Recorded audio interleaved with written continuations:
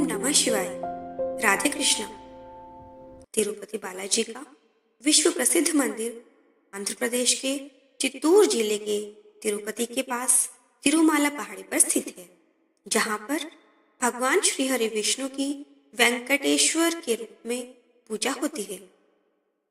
भगवान श्री वेंकटेश्वर अपनी पत्नी पद्मावती लक्ष्मी माता के साथ तिरुमला में निवास करते हैं। आओ जानते हैं बालाजी की कहानी और भक्त क्यों देते हैं यहाँ अपने बालों का दान।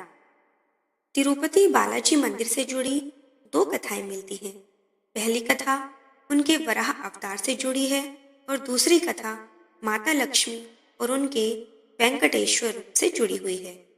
पहली कथा के अनुसार आदिकाल में धरती पर जल ही जल हो गया था, यानी पैर रखने के लिए कोई जमीन नहीं बची थी। कहते हैं ऐसा इसलिए हुआ क्योंकि पवन देव ने भारी अग्नि को रोकने के लिए उग्र रूप से उड़ान भरी, जिससे बादल फट गए और बहुत बारिश हुई और धरती जलमग्न हो गई। धरती पर पुनः जीवन का संचार करने के लिए श्री हरि विष्णु ने तब आदि वराह अवतार लिया। उन्होंने अपने इस अवतार में जल के भीतर की धरती को ऊपर तक अपने तुस्क का उपयोग करके खींच लिया। इसके बाद पुनः ब्रह्मा के योग बल से लोग रहने लगे और आदि वराह ने तब बाद में ब्रह्मा के अनुरोध पर एक रचना का रूप धारण किया और अपने बेहतर आधे 4 हाथों वाले भूदेवी के साथ कृदचला विमना पर निवास किया और लोगों को ध्यान योग और कर्म योग जैसे ज्ञान और वरदान देने का फैसला किया। दूसरी कथा के अनुसार कलयुग के प्रारंभ होने पर आदि वराह वेंकटाद्रि पर्वत छोड़कर अपने लोक चले गए, जिसके चलते ब्रह्मा जी चिंतित रहने लगे और नारद जी से विष्णु को पुनः लाने के लिए कहा। नारद एक दिन गंगा के तट पर गए, जहां पर ऋषि इस बात को लेकर भ्रम में थे कि हमारे यज्ञ का फल त्रिदेवों में से किसे मिलेगा।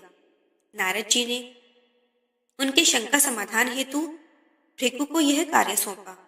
भृगु ऋषि सभी देवताओं के पास गए, लेकिन भगवान शिव और विष्णु जी ने उनकी बातों पर ध्यान नहीं दिया, तो वे क्रोधित हो गए। क्रोधित होकर भृगु ऋषि ने विष्णु जी की छाती पर एक लात मार दी। इसके बावजूद विष्णु जी ने ऋषि के पैरों की यह सोचकर मालिश की कि कहीं उनके पैरों में दर्द ना होने लगा हो।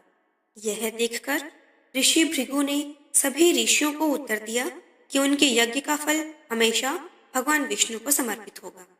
परंतु श्रीहरि विष्णु की छाती पर लात मारने के कारण माता लक्ष्मी क्रोधित हो गई। उनसे अपने पति का अपमान सहन नहीं हुआ और वे चाहती थी कि भगवान विष्णु ऋषि भृगु को दंडित करें, परंतु ऐसा नहीं हुआ।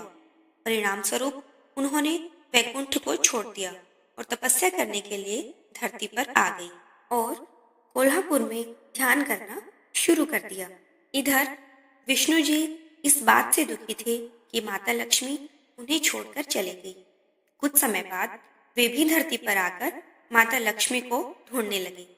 जंगल और पहाड़ियों पर भटकने के बाद भी वे माता को खोज नहीं पाए। आखिर परेशान होकर विष्णु जी वेंकटाद्रि पर्वत में एक चींटी के आश्रम में विश्राम करने लगे।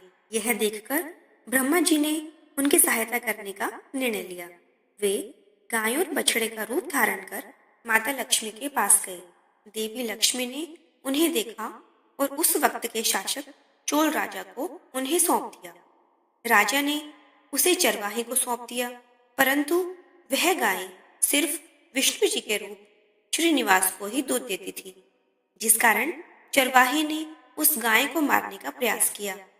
तब श्रीनिवास ने चरवाहे पर हमला करके गाय को बचाया और क्रोधित होकर उन्होंने चोल राजा को एक राक्षस के रूप में जन्म लेने का श्राप दे दिया। राजा ने दया की प्रार्थना की। तब श्रीनिवास ने कहा कि राजा को दया तब मिलेगी जब वह अपनी बेटी पद्मावती का विवाह मुझसे करेगा। जब यह बात देवी लक्ष्मी को पता चली तो वे वहां आई और तब उन्होंने श्री हरि को पहचान लिया। इस प्रकार भगवान विष्णु और माता लक्ष्मी मिल गए और इसके बाद वे पत्थर में बदल गए।